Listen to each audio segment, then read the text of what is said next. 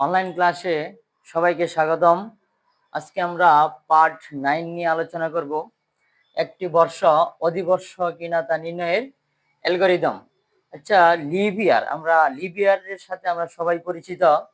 দেখো, লিভ ইয়ার আসে, দেখো 4 বছর পরে লিভ ইয়ার আসে একবার। 4 বছর পর পর একবার করে লিভ ইয়ার আসে।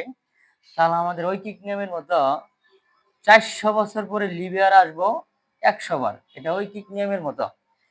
এটা মাথায় রাখবা, এটা মাথায় রাখলে আর তোমাদের সমস্যা হবে না আমি মনে করি। 4 বছর পর লিভ ইয়ার আসে একবার, 400 বছর পর লিভ ইয়ার আসে আমাদের 100 বার। ইয়ারকে আমরা, দেখো, ইয়ারকে আমরা প্রথমে 400 দ্বারা ভাগ করব, তারপরে আমরা 100 দ্বারা ভাগ করব, তারপর আমরা 4 দ্বারা ভাগ করব। এইভাবে আমাদের অঙ্কের নিয়ম এটা। একবার ইয়ারকে আমরা 4 দ্বারা ভাগ করব, 400 দ্বারা ভাগ করব, 100 দ্বারা ভাগ করব।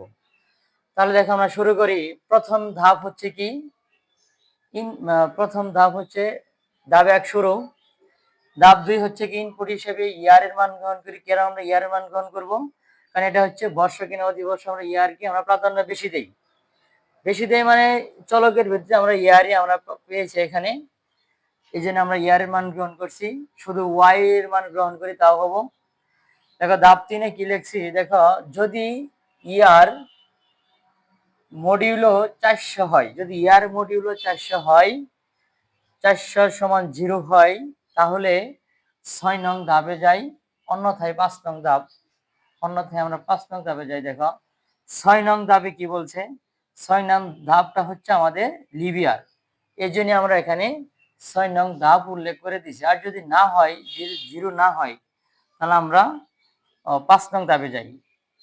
নট লিভ ইয়ার হচ্ছে 5 নং ধাপ। কথাটা আমি বুঝাইতে পারছি। আমি আবার বলি, যদি ইয়ার মডিউলো হচ্ছে ভাগশেষ, ইয়ারকে যদি 400 দ্বারা ভাগ করে ভাগশেষ যদি আমরা 0 পাই, তাহলে লিভ ইয়ার। আর লিভ ইয়ার হলে আমরা কি 6 নং ধাপে চলে যাই, অন্যথায় 5 নং ধাপে চলে যাই। তারপরে দেখো ধাপ 4-এ কি বলছে, যদি ইয়ারকে 400 দ্বারা ভাগ আমরা করে ফেলছি, এখন আমরা 100 দ্বারা ভাগ করব। যদি ইয়ারকে 100 দ্বারা ভাগ করে ভাগফল 0 না পাই, এই যেটার নাম হচ্ছে নট ইকুয়াল টু, এটার নাম হচ্ছে নট ইকুয়াল। নট ইকুয়াল, এটার নাম হচ্ছে নট ইকুয়াল, মানে অসমান, মানে সমান নয়। যদি ইয়ারকে 100, ইয়ার মডিউলো 100 নট ইকুয়াল টু 0 হয়, আবার এবংটাকে এখানে 2টা এম্পারসেন্ট দিয়ে বোঝাই। সি প্রোগ্রামে 2টা এম্পারসেন্ট দিয়ে আমাদের এবংটা বোঝাতে হয়।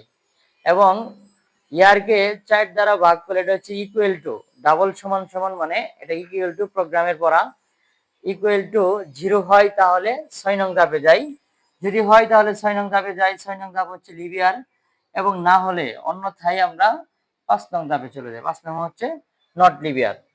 আমি আবার বলি, ইয়ার মডিউলো 100 নট ইকুয়াল টু 0, এবং এটাকে এবং বলে 2টা এম্পারসেন্ট দিতে হয়, এটাকে এম্পারসেন্ট বলে। আবার ইয়ারকে 4 দ্বারা ভাগ করলে ভাগ নট ইকুয়াল টু, মানে ইকুয়াল টু, এটা ইয়ারকে ইয়ার মডিউলো 4 ইকুয়াল টু যদি 0 হয় তাহলে 6 নং ধাপে যাই। 6 নং ধাপ হচ্ছে কি আমার লিভ ইয়ার, অন্যথায় 5 নং ধাপে যাই। দেখো তারপর হচ্ছে কি 5 নম্বর ধাপ হচ্ছে কি নট লিভ ইয়ার সাবাই, তারপর হচ্ছে লিভ ইয়ার সাবাই। এটা বলতে তার শেষেরটা হচ্ছে আমাদের ধাপ 7 হচ্ছে শেষ।